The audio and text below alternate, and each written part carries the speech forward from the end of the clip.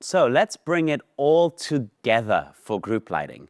I've kind of been leading you, without you knowing, into the various pieces of knowledge that you need to know to build really successful group setups. Now, you see here, we are photographing today a group of the top muralists in all of Arizona together. We have 9 subjects, and I'm so excited because the energy is just off the charts. Group lighting probably uses the most equipment, but if you're coming from signature light and you just have 2 lights, I'm going to show you how I would do kind of a hacked version of a group first. Before I do that, I'm going to bring in my subjects, and we're just kind of, I've already thought through the poses and the positioning a little bit, so I'm going to bring them in one at a time and just kind of show you how I would pose a group. I love working with groups. I do it all the time, and you just get a kind of energy that you don't necessarily get when you're photographing individuals. So we'll start with Paige. Paige will be on this, what's this thing called? Little scaffold. Perfect. Hi, Paige. I've put your name right there, and I think we've talked through a pose earlier. Yeah, lovely.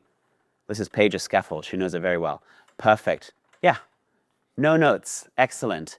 All right, then we'll have Liliana and Taylor come in. Perfect. And Liliana, I was thinking you could sit there, and where I've put your name. Okay. Perfect. And then Ashley as well. Perfect. Taylor, if I get you on this box. Yep, lovely. I cheated a little bit. I did a little bit of posing with them before we started, just to get a sense of it. Perfect. Good. Ashley, I've got your mark there, and she's going to hold on to the roller there. Perfect. Let's get in Lauren, Layla, Nicole, and Shella. Nicole, Lauren, you're going to be at the back, at the top there. Can you get up? Perfect. Good. Shella, I'll do yours next. Behind, and then you can put 1 foot on that white bucket up there. Sorry, Lauren, is that your bucket? It's fine. Okay, perfect. Good, yeah, don't let me, whatever you think is, yeah, that's kind of cool, right? Can you lean your arm on that also? Yeah, perfect. Good. Nicole, please. Lovely. And then Layla, up there, please, on that apple box. So what I'm looking for when I'm posing a group is I don't want the heads all to be in one line. I want to have kind of a good distribution and variety. If I'm posing a family, it would be a little bit different because you'd group pieces of the family together. So, Keelan, I'll have you right here. Perfect. And that completes the feeling. So when we bring in Keelan, you see, like, it starts to have like a story that starts up here. We have everyone in the picture prominently in their own space. If you had a family, if like 2 of them were related or they're together, you would connect them a little bit differently. But for a group of really, every one of these subjects is really successful in their own right, so they all get their own space, and then as a group, it becomes a really interesting photograph. So I'm going to use, thank you everyone, you all look fantastic. Layla, I'll have you just scoot this way a little bit. Perfect, good. So I'm just looking at the composition of all of this. For Paige, I wonder if we can have Taylor move this way. Perfect. And then Liliana, you could tuck in a little bit, and Paige, maybe we can find a way to bring your 1 foot, the lower foot, further over, so you're closer to that yellow edge, and then your leg isn't coming right behind Liliana's head. That's perfect. Good. And then I'll give you an apple box to stand on, just to, there we go, give you a little more height there. Perfect. That's nice. Yeah. Excellent. So that we kind of get a story that goes, we're not like putting all the heads in the same place. This looks fantastic. You all feel good? Good. All right, you guys are going to have to just hang out while I talk about the boring lighting stuff. All right, I've got my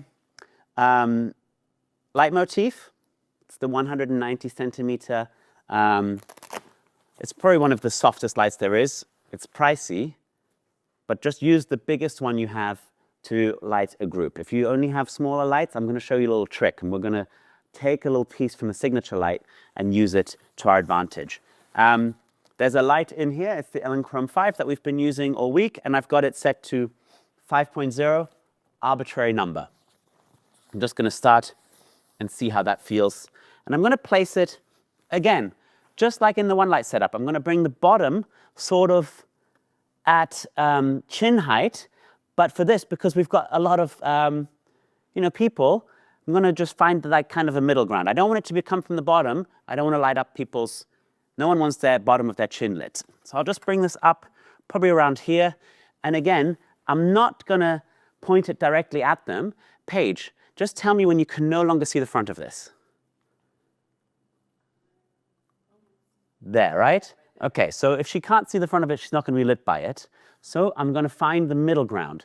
No one is being blasted by this light directly. I would say it's going sort of 4 feet in front of Keelan here. So we're going to use that feathering to our advantage. I've got a second light set up here because we're going to basically take what we did in the signature light to use our one light coming across. It's going to be quite hard, although this really is a beautiful large modifier. So it's probably going to be a little softer than you even would expect. So let's see. We've got the posing, we've got the set. Everyone looks fantastic. You can just relax still. I'm going to take a little test shot. Good, that's just that light firing. Already, that's a nice picture. There's several issues here that we have to deal with. Keelan, your glasses, I might have to have you bring your chin over this way when you're looking at me so I don't get the reflection in the glasses. Perfect. And obviously, this really looks like a studio picture. You can see that that's the studio lighting. So we're going to take a page out of the signature lighting book, and I'm going to bring in a second light, my base layer, here. Now, if I bounced it right into this black backdrop here, I wouldn't be getting much reflection, but I already know that further up. So, I'm just saying, we don't have a perfect studio here. I don't even have a white wall behind me. I'm just going to bounce it into the area where I know the light will reflect. I have it set on 3.0. Again, that's where it was when I turned it on. So let's just see how that is. And I'm going to build it again with just one light at a time. So using the remote, I'm going to just only fire this one. You'll just have to believe me. This is the only light. So I'm just building my base layer here. There we go. Perfect. So that's a little bit underexposed. I probably want to go up on that base layer a little bit. So I'm going to use my remote. I'm going to click the plus button 10 times. I hope I got 10 times. And if it's not enough, we'll just keep turning it up. I just want to lift those shadows a little bit. I could probably go up a little bit more still. It's a shame that you guys can't see the screen, but I'll show you when the pictures, just so you can see what I'm talking about. Everyone at home will be able to see the screen. Perfect. Okay, I think when I combine that, remember we have the 2 glasses of water that we're combining. I'm going to turn that other light back on. And now both lights are going to fire. And together, that lifts the shadows a lot. So I'm noticing a lot of that light is hitting Taylor, not very much on Paige. So I'm going to adjust a little bit and maybe bring it up a little higher. It's pointed a little bit downwards. I don't want to lose that directionality. So I'm just going to bring it up. And I've just made a small adjustment. Subtle adjustments help a lot. I've brought it up about a foot. It's pointing slightly down, so it's still going to catch Taylor and the area in the front here, and also turned it a little bit to catch more of Paige in the back corner there. Perfect. So you can see, perfect, bring your face. Everyone look here at the camera. You can see with one light, we start to get actually kind of nice directional light as well. If you have nothing else, this is really great. And I'm going to show you, if I lift just my base layer here, I'm going to bring it up maybe another 5/10. There we go. Let's see how that feels. And we start to bring those shadows up when we shoot it combined with the other light. There we go. You see how I just start to bring those shadows up? I can use the signature setup just the same. My camera settings are 1/200th of a second. I'm at f5.6 and my ISO is 200. Let me do an ambient light test where I show you just what it looks like without any of the flash firing, and that's completely acceptable to me. So by just turning this light up or down, I can control how much of that shadow is filled in. This is giving me directionality. It's the same principle applied to the group. It's not quite perfect yet, but if you're really in a pinch, your signature light setup, using the same principles as the one light setup, really helps you here. And you don't need a V-flat because you're already filling in your shadows from this base layer. So I'm gonna slowly turn down this light and show you kind of how, as we gradiently go down on our base layer, how that, let's see where we're at right now with both lights firing. And then I'm gonna turn down that by half a stop. Perfect, and I'll do another shot. Now both lights are firing again. Perfect, and we'll slowly come down a little bit more. And this is what I would do just to try to see, well, where does that base layer fill in just the right amount of light to get drama in that picture. Good, I'll do one more. Lovely, fire both lights again, and you can just start to see that base layer subtly starts to decrease in power. It's not a huge effect, but it's enough to just fill in those shadows. Did they both fire? Yeah, so you can start to see the shadows are coming down slowly there. Perfect. I think I found the good spot at around 4. So I'm going from 3.3 to 4. I can look up and see that. It doesn't matter what the number is. If it's too dark, turn it up. If it's too bright, turn it down. So I might actually go ahead and shoot at this setting, just so I have a couple of shots with this setup, and then I'll go and show you the next setup that I'm going to do. The other thing I'm going to take note of is my aperture. At 5.6, I might not get everyone in focus at the same time. I know my lights are powerful enough that I could go up a stop. So I'm going to adjust all my lights one stop up using the buttons on my remote. It's as if I'd gone over and turned both of them up 2 stops, but I'm using the magic of radio frequency, so I don't have to do that. I'm going to change my camera to f8. That's going to give me a wider area of focus so that more of my subjects are perfectly in focus. And we're about at the same power on the lights. I'm still missing a little bit on page. There is a central column of light that's lighting probably Taylor this area. So they almost have the light directly on them. If I angle this a little bit more this way, and I can also use the size of the studio, get away a little bit, that gets it to be more sidey, more of that kind of soft light at the edges of the light. And it starts to even out between them, but page is getting lost a little bit. So it's a delicate balancing act, and I wanted to show you this because this is the trouble with lighting this kind of setup with just one light and why we do group lighting in the first place. So page is being lost a little bit. It's a lot on Taylor. This is why I'm going to light with more lights than just the 2 that I have right now. So for the sake of demonstration, I'm going to turn this one off and I'll move to the next lighting setup. Because we're not going to rely on our base layer for this.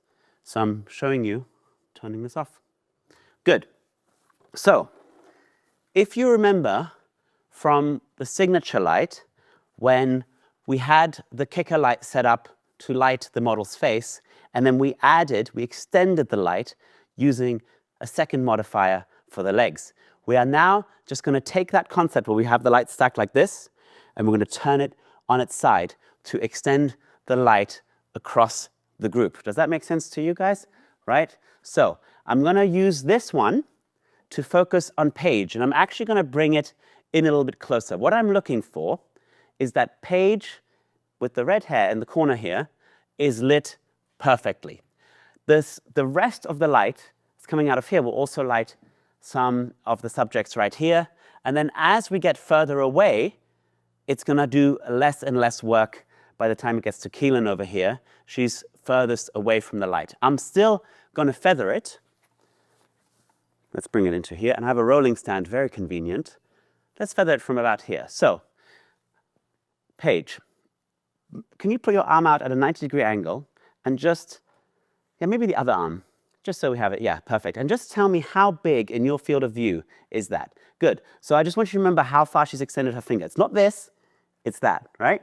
So that's the size of this light in your field of view. Keelan, how big is it in your field of view? Right, a little bit smaller.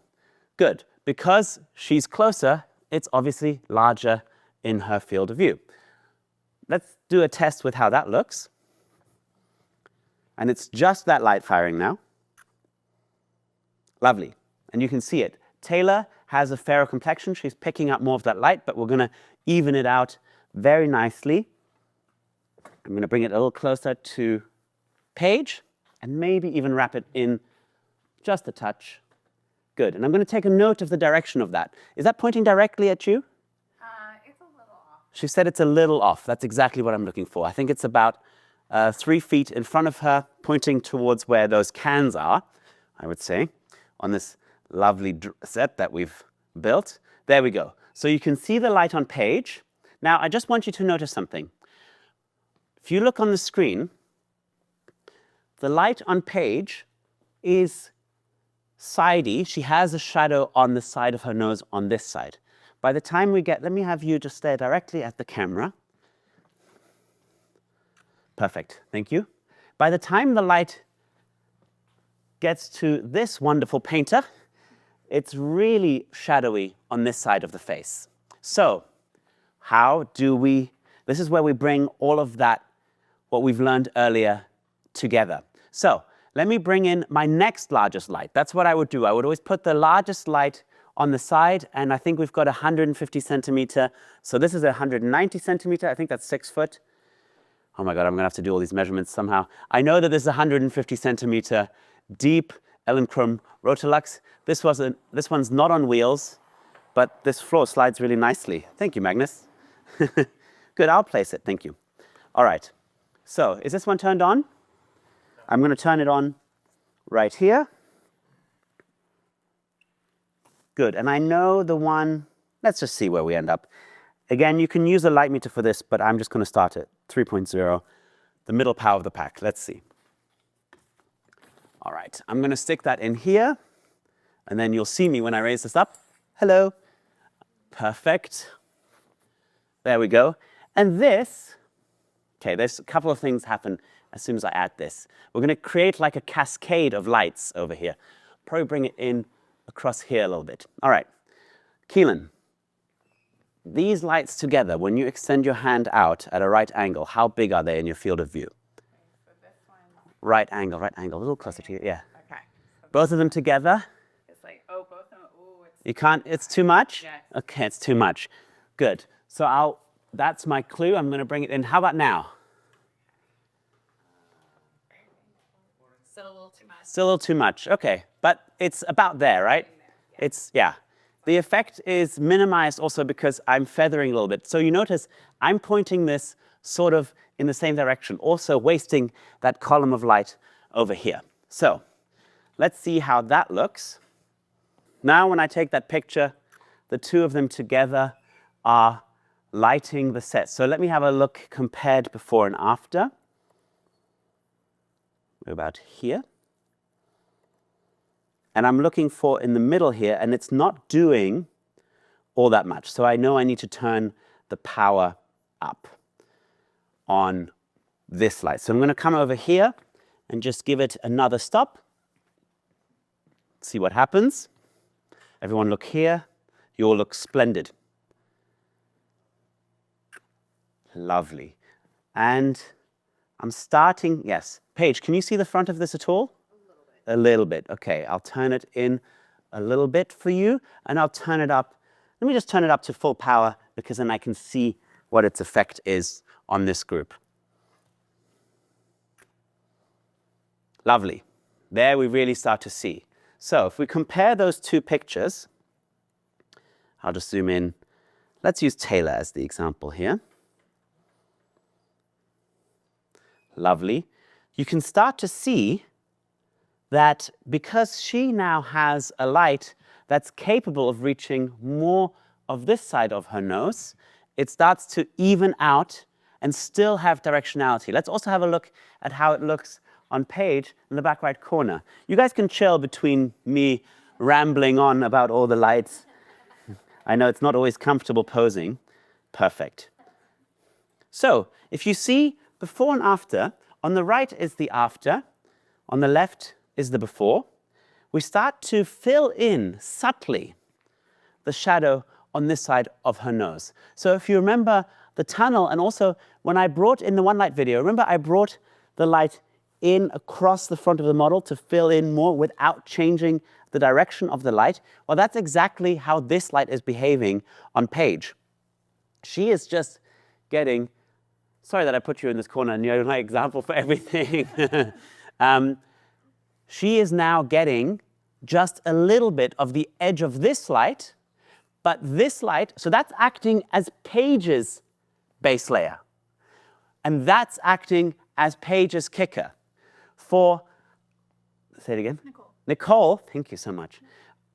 Forgetting names is a universal experience. For Nicole, this is acting as her kicker. So when I add another light, then she'll have the other light as her base layer. So just as we did in the signature light where we did the stacked version to light the face and the legs, this is on its side doing the same thing across the group. So as you keep adding these lights, you end up with one acting as a base layer for one subject, acting as the kicker for other subjects. Is it making sense to you guys? Oh, like, yeah, makes sense, right? You get that subtle fill-in of the shadow without losing your directionality. The beautiful thing is that the hard part of the light, or the harder part of the light, you know, it's like kind of a central column that slowly fades out, is the strongest. So you're getting most of that effect where you're pointing it, and some of that soft fill at a lower power comparatively, because you're getting much less of the light on the edges on your subject here. It's kind of magic and super simple once you get it. The only problem is it requires a bunch of equipment. So let me take a couple more shots here because I think we're starting to be in a place that works. I'll just add one more light. Yeah, the difference is remarkable. You know what's nice? As my subjects are sort of getting into it and relaxing, I'm actually really liking the poses you guys take on as you relax a little bit more. It's nice. Good. So we start to have the light work across the frame. Now, just full disclosure, because some of them are sitting much closer to the lights, there might be small adjustments I make to get a little bit of light into the background. But I cheat because we're in digital photography now. We have huge dynamic range. I can bring up my shadows quite a lot. So Paige is much further away from the lights than Taylor is. It's just a fact of life. I could do 100 different things with the lights to try to adjust for this, but in post, I'm just going to bring Paige up a little bit, half a stop, and that's completely doable because I've got control of my shadows. When you've got those really hard shadows, you can no longer adjust it to bring it up without ruining your images, or it looks really unbelievable.